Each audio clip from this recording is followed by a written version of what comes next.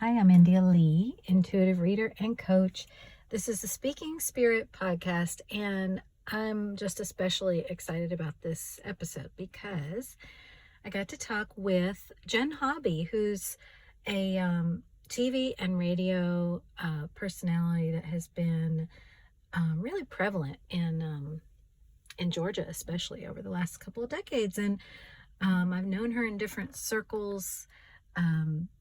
I used to be a journalist, so I knew her in that way, and now we get to be friends and moms together. And she has so much really unique and beautiful perspective to share from her journey and the way that she connects with and is being used in her life at this point in time. So if you are an admirer of her, if you've never heard of her, you're going to enjoy with this conversation. There are some secrets, some things we share about being able to stay balanced, stay connected, move through fears, and listen to your guidance in everyday situations without, meditating on a cloud all day long. So enjoy the episode. So Jenn, I feel like I have been aware of you for decades. I know I have. Definitely before the turn of the century, not to age us both, but but you have been a radio and TV person as long as I have an adult memory. And now we're friends. And now we're friends. That's so fun. It is. And I'm so honored to have you here today. You're someone that I know has had to become accustomed to having many people think of you as their friend, because you're just such a face that people know and a voice that people know. And that must be an interesting experience anyway, just to have everyone connect with you in that way and be like, wow, I'm available. Oh, it's such a blessing. I love that. That's my favorite thing. If I ever meet someone new and they're new to me and they're like, but I feel like we're old friends. I feel like that's such an honor and such a cool thing to me. I'm like, they're like, I feel like I know you. And I'm like, well, you do. And now I just get to know you. So I just feel really lucky to have been in Atlanta for most of my career. So that depth of friendship and that depth of connection with everybody in this community can be there. So many different people who work in media like I do bounce around or, out of necessity from going from market to marketplace. But I am one of those rare birds that have been able to be in the same market for a long time. So I just feel so blessed by that. And if anybody considers me a friend, I think that's great. That's so awesome. Well, and one way it feels like you're using that role and that gift that you have for connecting with everybody, just watching you now, we're both moms and we can connect that way. And just watching you in that role, I see that because people are drawn to you, you're able to spread awareness in that way. You're able to kind of shine your light in ways that are very personal. Like I know, your personal journey with your family and having had a child who battled through cancer and is now thriving, and having a fundraiser now, a foundation now that helps others with that. All of these things, those relationships and those ways you connect with people are just spreading light everywhere. And that, well, I feel like I'm so lucky to, have been able to connect with an audience in that way. And it's always personal to me, it's not like professional is one way and personal is another. To me, everything is personal. Okay. And I think that's something that, like, from when I was a little kid, I've always been really sensitive and like quick to cry and, show my emotions and wear my emotions on my sleeve. And I used to think of that as a bad thing. But now as I get older, I'm like, you know what? I just think it's cool that I feel everything. Yeah. And we're all mirrors for each other. So you're teaching me in this moment, because I realized when you said that you don't have professional and personal, I realized I compartmentalize a lot in life. And I do say, well, this is work and this is personal and da, da, da. So as someone who is able to be that energetically kind of fluid and porous, how do you, because we talk about energy a lot on this podcast, how do you cultivate and kind of protect your energy? What do you do when you feel depleted? What do you do when you feel kind of maybe threatened by other people's energies? How do you tend to that as someone who is very open and vulnerable with it? Yeah, as much as I like people, I also like being alone. So I'm someone who very much needs alone time to process and sort of charge the batteries, restore that energy well, so that then I can give it all, whether that's to my kids or my husband or my family and friends, or whether that's in my work life. I definitely require alone time. Mhm. So it's funny. I would say I'm like equal parts out there and also very introverted as well. It's like I have to have a Yeah. daily time, whether that's just like being in my house alone and, cleaning the kitchen, or whether that's going to a yoga class or going for a long walk, or, honestly getting to Carline early and sitting in the car by myself I love and like, Carl. turning off the radio and turning off the phone and just sitting there in a quiet car for 5 minutes. It's like, Oh, you five know, minutes. I have to be there early so that I can have my full. I'm like that crazy person who has to be there first, and everybody's like, "Why are you doing this?" Because I'm meditating. I'm sitting there, I'm yes. like zoning out. I'm Yeah, it's I my know. bubble of sanity. Yes. Yeah, don't knock Carline. It's a good place to meditate and to, kind of regroup your thoughts Yeah. for sure. Absolutely. And that's a great point because sometimes when people think about spirituality and, I'm guilty as a spiritual content, provider or whatever of putting, Mhm. it looks like when you look at my Instagram, like I'm just doing that 24/7 and I'm floating on a cloud in a bubble and like, because I'm so good at compartmentalizing, you're not going to see me on my days when I'm on the bathroom floor crying or, whatever like that. So the idea of working spirituality into your regular mom life and just getting to be a mom and doing all of that, but doing it in a way where you can be connected, where you can use those moments for connection, and also where you can realize I'm a spiritual being. I need to cultivate this. And I can't do that if I'm around my kids all the time or if I'm, not connecting with my kids. It's a balance. And it sounds like that's something that you have already learned how to prioritize.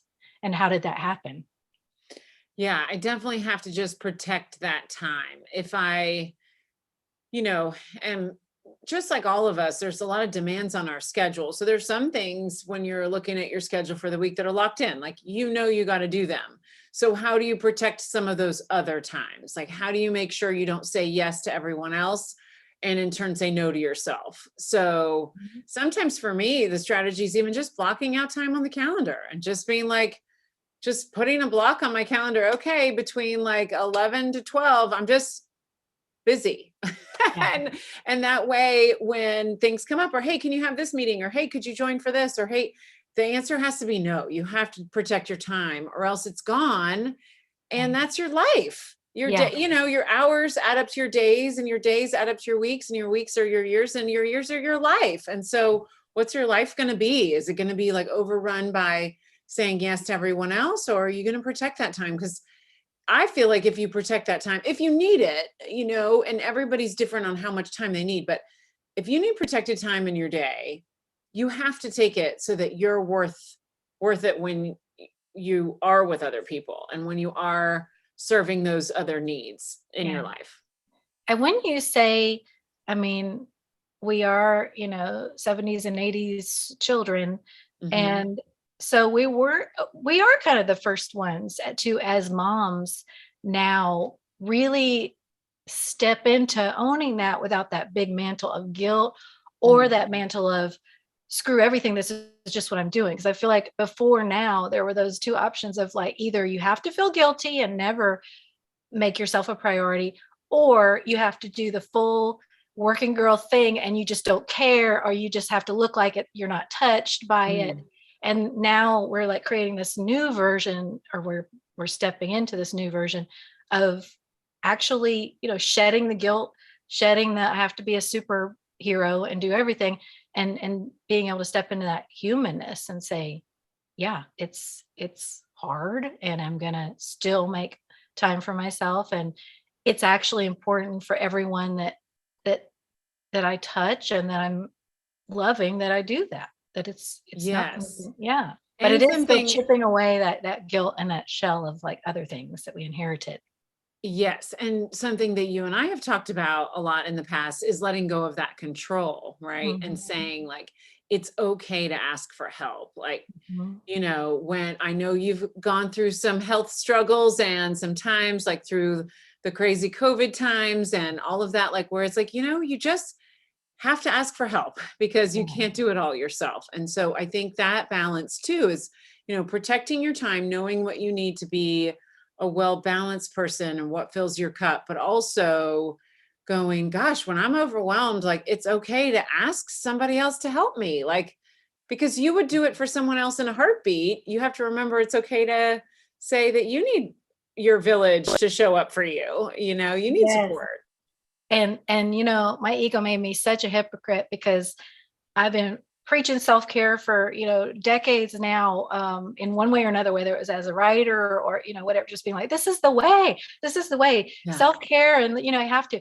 And then when COVID did shut me down and I had to fully surrender and be taken care of, my ego was just raking me over the coals and just saying the most horrible things to me and threatening me and saying, I'm going to lose my value with people and not be loved. And just to realize, wow, that was okay for me to tell everybody else. But when it's my turn to receive that, it's a Yeah. fight.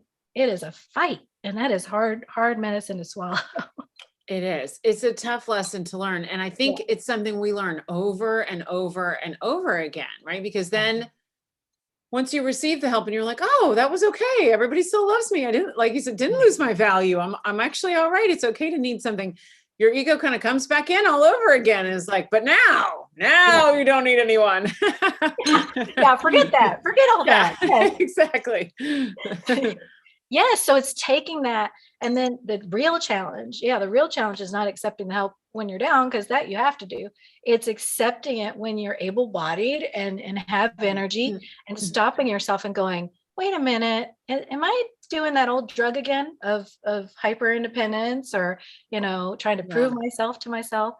And the tool that I'm learning to use for the first time at 50, because now I'm 50, is my body, because I'll get a little twinge or shoulder pain or my head will hurt. And if I just stop in that moment instead of going like, ooh, that's annoying, push through, or ooh, take something, push through. Now, if I stop and go, okay, body, you're not wrong. I'm listening to you. I must be doing something mentally that's not healthy. Let me stop. I mean, it's hard, but it just makes all the difference in the world. It is like breaking an addiction. You can start noticing stuff in your body. One thing I notice is clenching my jaw.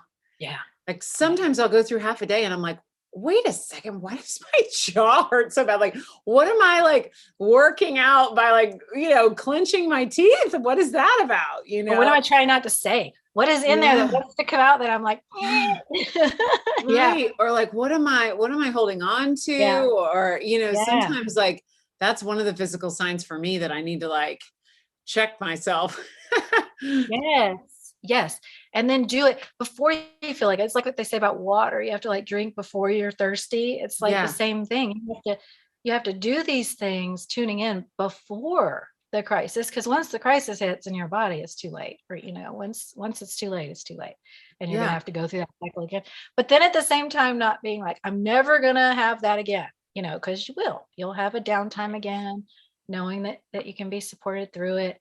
It's just letting ourselves be human, which somewhere in the messaging we got the impression. I feel like something happened in the late 1900s. I'm sorry to keep saying it like that, but it's just it Yeah. is true, where we got the idea we were supposed to be superhuman. We really did, somewhere between the 50s and the turn of the century.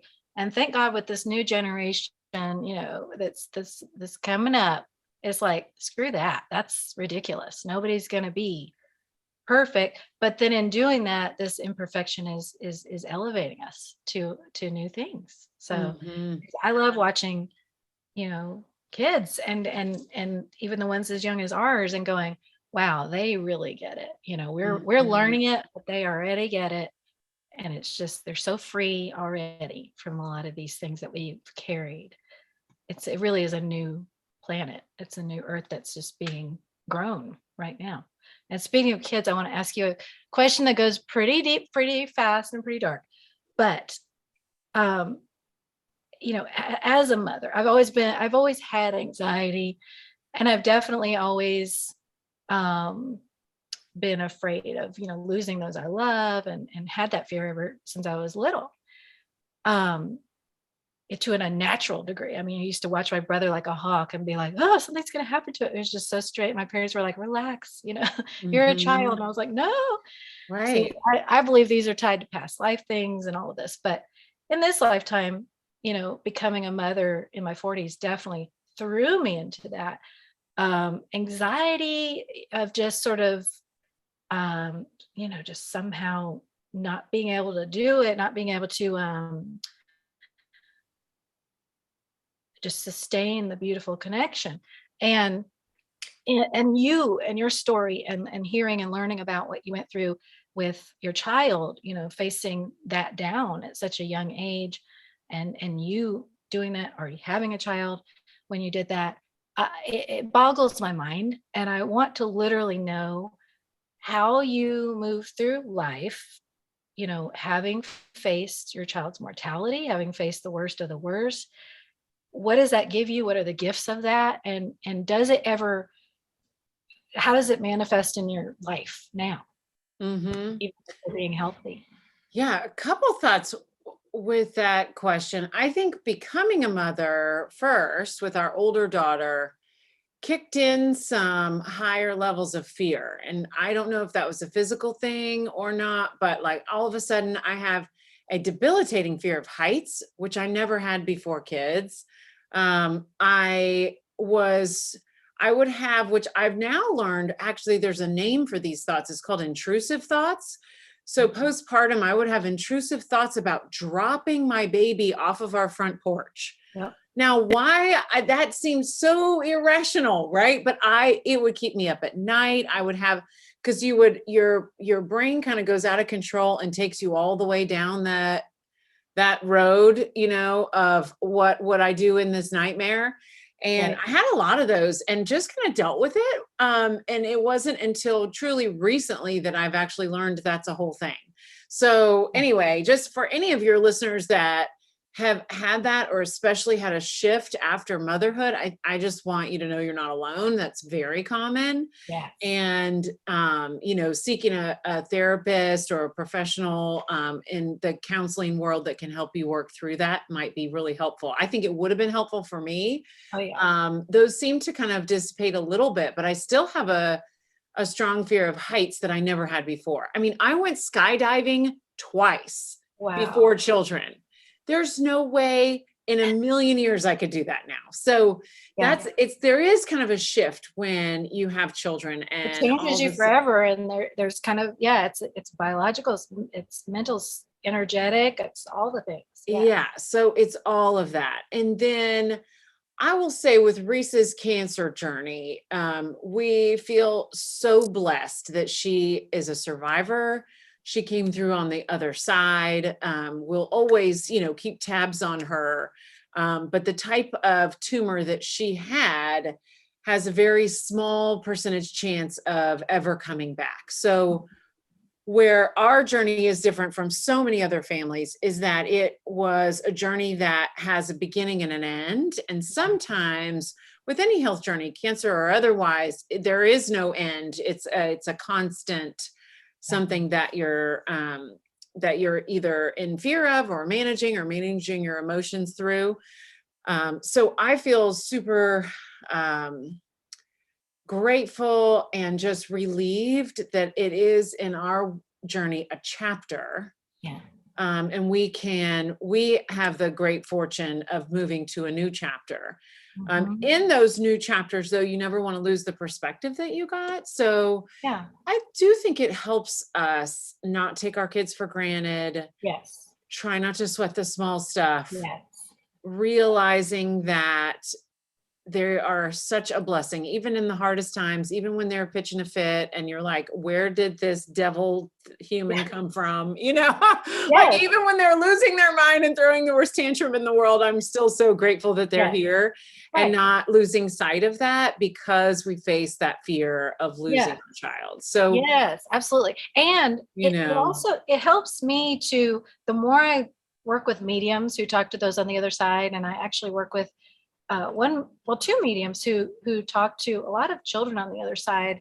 Um, I connect with a child that I carried before I gave birth, and that soul is on the other side as well. And just the more I learn about that, the more and feel that, the more I'm reassured that our children, even though they're our children, they are souls who are on their own soul journey. mhm. And on a soul level, we're all ageless, and we're all, so when I think about my child as a soul and I honor his soul path, and I say, if that path were to end at a certain point that I was prepared for as a human, I feel that does help, to say we're here to help each other as souls, in for whatever length of time we are, and Mhm. sort of shift out when we can of that very primal, like you're talking about with the fear of heights. It's like, of course, your primal self's like, we can't do that anymore. We're a mother now.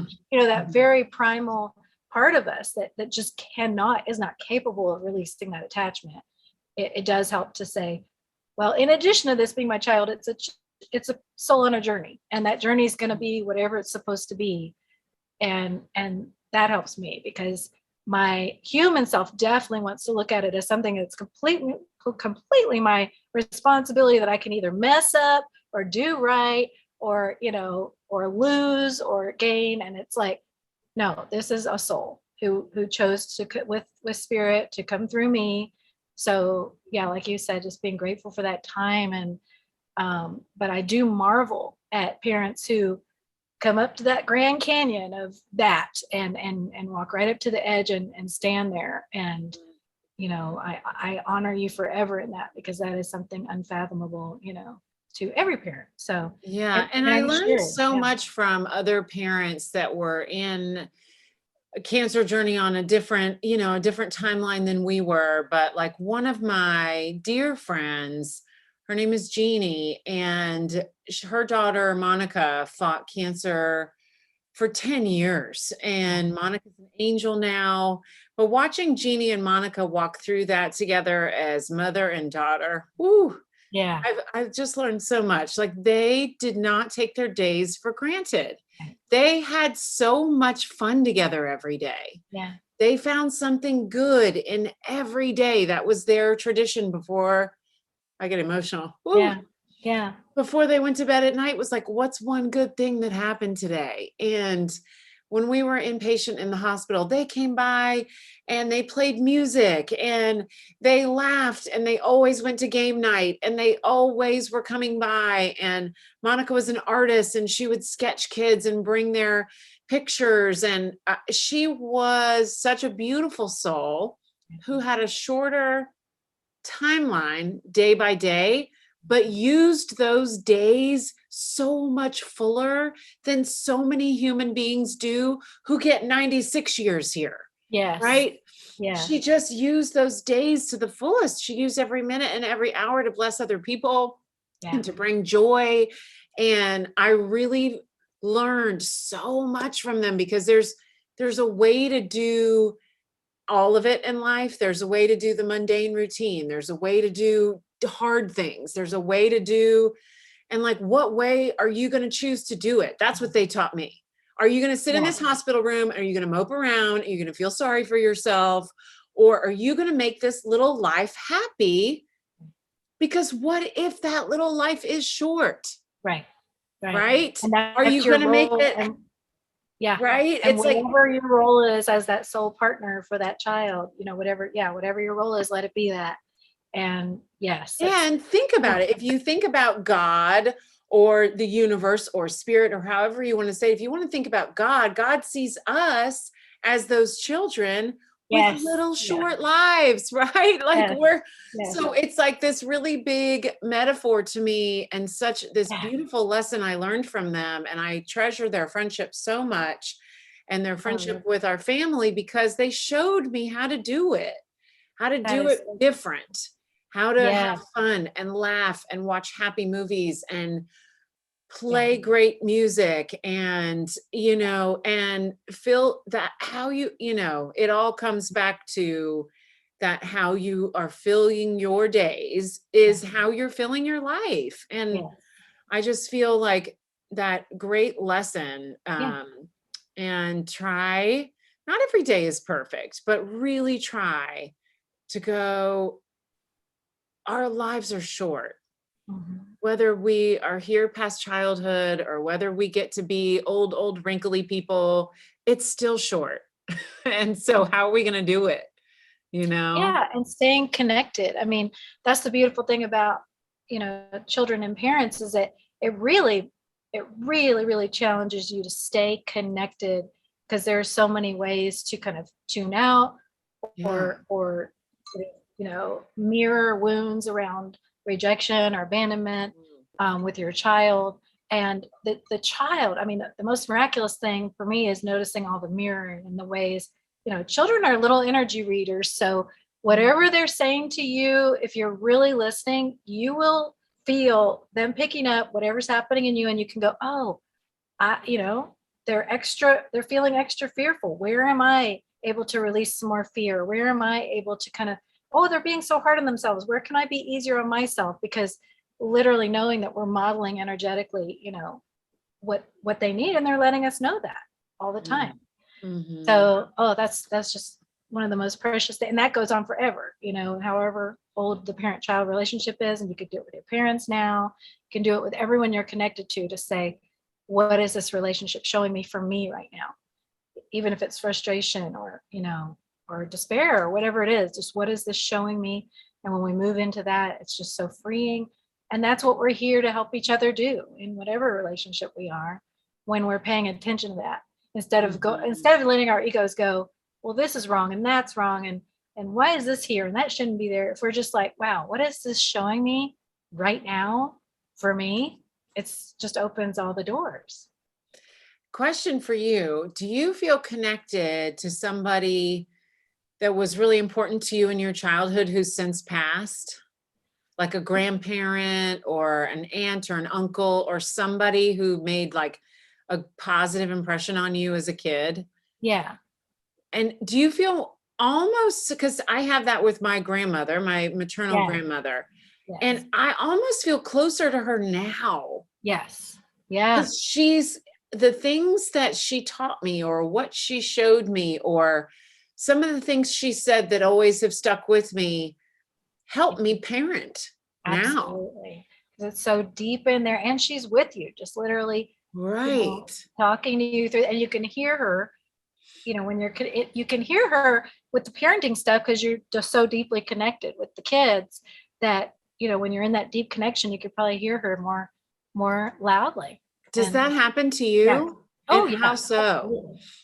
Oh, it does. Well, yes. And it just, I mean, I don't know how to pinpoint, but yes, the deeper you are in connection with anyone, the more you're going to be able to hear all those voices on the other side that Mm. are coming through. Happens to me a lot with dreams, visiting me in dreams that are on the other side. And you can tell the difference between a regular dream about somebody and a dream visitation just by how it feels. When it feels so real and you're like, wow, they were really there. Um, oh, it's just amazing. Um, Mhm. Now, I know we don't have that much more time, but I want to do something here that is kind of a new thing I want to do on the podcast. Okay. I'm going to pull a card, and I want you to tell me what it means for you, what you're getting from it. Okay. Okay. So let me feel into what. So I'm just going to pull a message, and instead of telling you what it means, you're going to tell me what it means for you. Okay. Okay. Kind of nervous. There's no wrong answer. Okay. Okay. Okay. You've got two cards. Wait. This one? Okay, they want me to show you this one. Listen. It just says listen. And she's deep in meditation. She's got a purple amethyst around her neck. It just says listen. Okay. I would say to me that is paying attention to God's whispers. That's what it says to me. So whether that is in like parenting stuff like we've been talking about, or whether that's in career and direction, it's like, okay, sit still enough to listen to those little taps on the shoulder that are like, Yeah. this is the way to go. This is the Yeah. path next, or this, following those whispers. Yes. And you just did a reading for everyone listening. I'm getting all the chills. You just did. Because you are particularly gifted at helping people connect with those ways. And you do it every day. And I told you this before, but one way you do it is literally through your voice. Your voice is a divine instrument. That's why your work is with your voice. And when people hear it, sometimes it doesn't even matter what you're saying. They're hearing this frequency that's helping them tune in. And you're now, in so much that you're doing, that voice is being used to connect people to their guidance, to the light. And you just did something in that reading just now. So anyone who's listening, when you resonate, message me and let me know, because that was powerful and that was cool, because that was the first time I've ever done that. I love it. Cool. Oh my gosh. Now, as you're here in this point in your life, and we've talked about how this time in your 40s, you shift into your North Node, you shift into a deeper sense of purpose. How would you say that's showing up for you now? How is this shift happening for you now? Yeah, I think it's in my curiosity around spirituality. It's like I can't get enough podcasts around it, so I'm listening to so many different shows, but the ones that are connecting with me the most are just this seeking and this searching for deeper meaning in everything. Yeah. So, when I've got that quiet time, or I know I'm going to be in the car for a while or something like that, I'm listening to stuff that's just digging deeper on a spiritual path, and really interested in it in ways that I'm always curious by other people's faiths, what they believe, why they believe, and how are they so sure? Right. Like I always get curious around that, because sometimes I do have still a lot of questions and curiosities, and I wouldn't necessarily even call them doubts, but it's more like I want a deeper level of understanding. And so I think that that's where I can tell that shift in my life has happened, because the books I'm reading and the stuff I'm consuming, or even the Instagram accounts I want to follow more, or it all is stretching for deeper meaning behind it. Like I like a good funny meme or a funny video like anybody else, but I don't really find my connection there anymore. Yeah. So. And knowing, the cool thing is when you start doing that, when you start looking for the meaning in things, it's everywhere. It's everywhere. You could sit by yourself in the middle of a room, and if you set that intention, you will see it. And it's just, that's the most fascinating thing to me. Now, that said, I definitely have days where I'm in my head going, this is all stupid. What do I even do for a living? Like, what is this? And my ego's like, this is ridiculous. But when I get in such a painful place mentally and I say, Spirit, please show me that you're here. I'm struggling. I need help. Every time they blow me away. Now you have to be in that. I usually have to be in that place on the bathroom floor before it'll happen right. In a big way. But it happens, and it's just like so miraculous. And that's so I'm so grateful that you're out there, connecting in this way, and that so many people connect with you and feel that, whether they realize that's what they're feeling or not, that's what they're feeling. And so, because they're finding meaning in what you're saying and doing. And, sometimes we get in like, that's a big responsibility, but it's not us, it's spirit. So it's just like stepping out of the way and being like, yeah, well, I'm being used. I can't do it wrong. And Right. yeah, That's such a good reminder. yeah, That's so good right there. What you just said. Like, I can't do it wrong. you can't. Yeah. So thank you, Jen. Thank you for being here. And Thank you. Okay, I have to ask, what was the second card? I'm going to oh, that's wonder all the second day. card. Okay, I'll tell you. I'm It's going to wonder. surrender denial. Now, when I receive this card, when I pull this card that says surrender denial, it typically means in my reading surrender self-denial. It means you're denying yourself something. It means your ego is going, no, no, no, I can't have this. Whatever it is that your guidance with the listening is saying you need, your ego's in there going, but no, or not Okay. right now, or I can't have it. That's usually what that means. So, Okay. but what does that mean to you is the question. So you can fill into that. But it was, yeah. No, I think you nailed it. I think that's it, because it is sort of that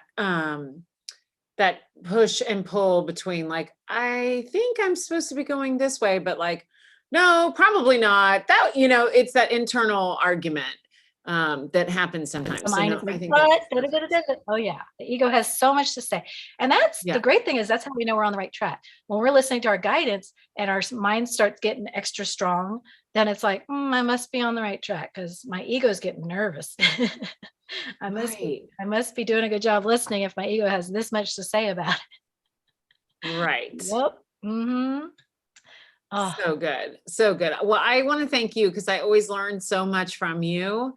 And I think what you're doing is really important. So don't let your ego get in the way, or don't let that doubt voice keep creeping in, because I thank think that what you're doing is really beautiful. And you offer insights and an intuition that is there. But for a lot of us, me included, you have this beautiful way of drawing it out. And you. so I think I just feel really lucky to know you.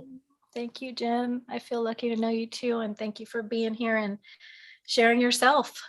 Yeah, of course. Of Oh. course. Happy to do it. So fun. If you'd like to see more from Jenn Hobby and find out about Reese's Magic Fund, you can visit her at jennhobby.com, JENNHOBBY.com.